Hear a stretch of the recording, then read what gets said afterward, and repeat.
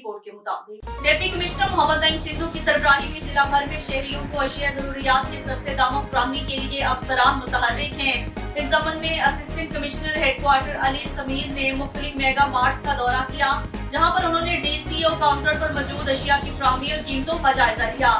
इस मौका पर असिस्टेंट कमिश्नर हेडक्वार्टर का कहना था कि डिप्टी कमिश्नर मोहम्मद नईम सिद्धू के वाज़ेह हिदायत है कि शहरियों को अशिया खुरोनोश की फराहमी ज़री इंतजामिया की जारी करदा रेट्स के मुताबिक होनी चाहिए। इस हवाले से प्राइस कंट्रोल मजिस्ट्रेट्स मुतहर्रिक हैं। रोजाना की बुनियाद पर मार्केटों के विजिट किए जा रहे हैं, कीमतें चेक की जा रही हैं। उन्होंने शहरियों से भी दरख्वास्त की है कि वो ज़री इंतजामिया की जारी करदा रेट्स के मुताबिक अशिया खरीदे। अगर कोई दुकानदार उनसे ज़ायद कीमत वसूल करता है तो उसकी शिकायत पंजाब कीमत ऐप या असिस्टेंट कमिश्नर के ऑफिस में दर्ज करवाएं, ताकि उनके खिलाफ कानूनी कार्रवाई अमल में लाई जा सके।